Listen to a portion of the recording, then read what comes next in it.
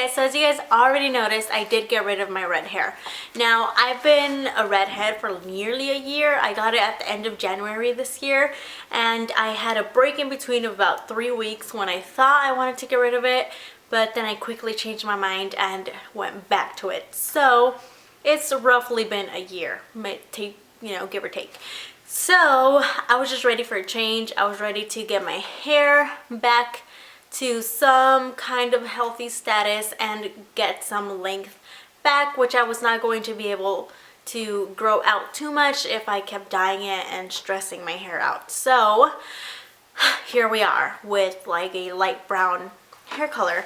I've never had like a mid-ground color. I've always been like an extreme black or extreme red or like blonde, which that also lasted for like a week, so that doesn't count either. But yeah, so I've never had like a middle ground color, so I was kind of wanting to try this out. So yeah, so I've done every red hair video in the book pretty much, from how to get red hair to how to touch it up, and the only thing that's left is how to get rid of it, which let me tell you was a mission. So I'm going to go ahead and tell you guys how I did that today, in case any of my redhead sisters out there are also looking for a change. This could hopefully help you out. Now, I did take some steps that I think were unnecessary.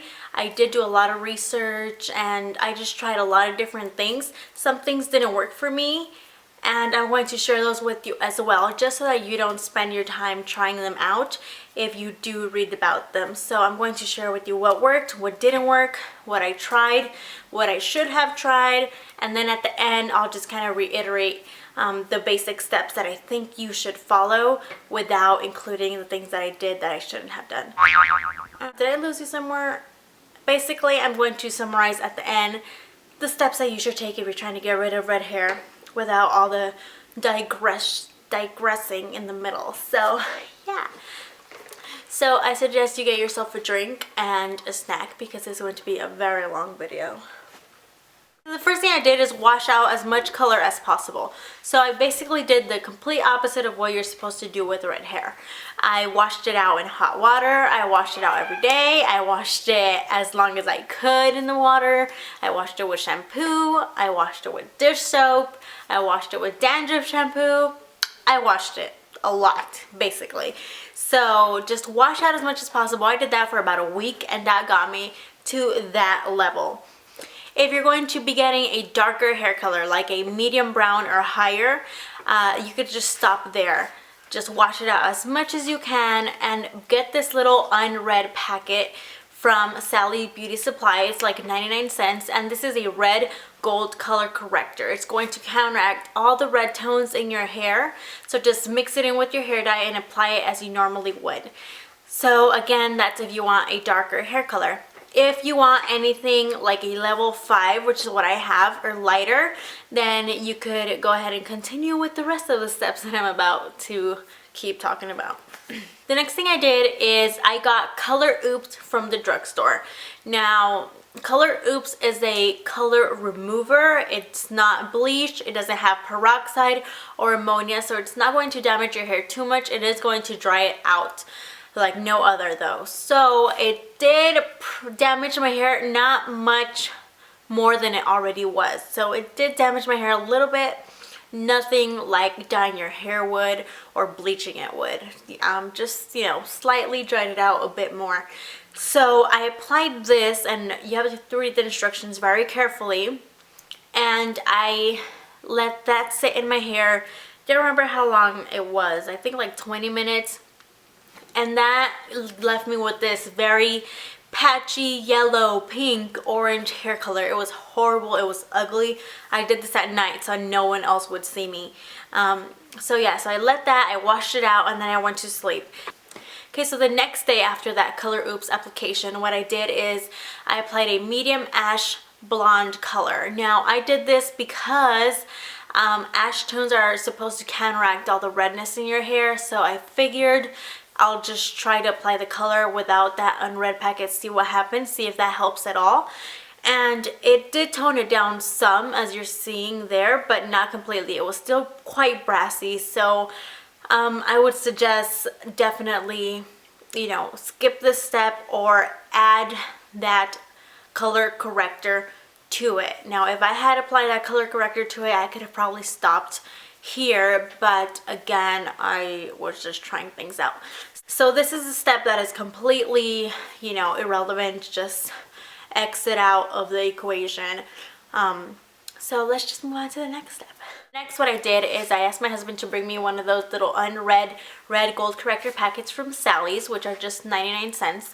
And I mixed it in with my hair dye, and you just apply it as normal. It does turn the dye like a black grayish color, but that's completely normal. And I used a Revlon buttercream light brown color. Now, this ended up giving me like a very gray toned green toned color, so I didn't like it, but it did neutralize the redness pretty much completely. So there's only like a few spots that I could still see a little bit of red, but there's just like a couple strands, like two tiny strands. You can't even see them. So yeah, so it pretty much completely removed the red. Then I didn't like that gray greenish tone that my hair, like just ashy colors don't go very well with my skin tone. So I went back the next day and I did a light golden brown, which is the one that I have now. It's again by Revlon buttercream light golden brown. Buttercream light golden brown color is what I have now.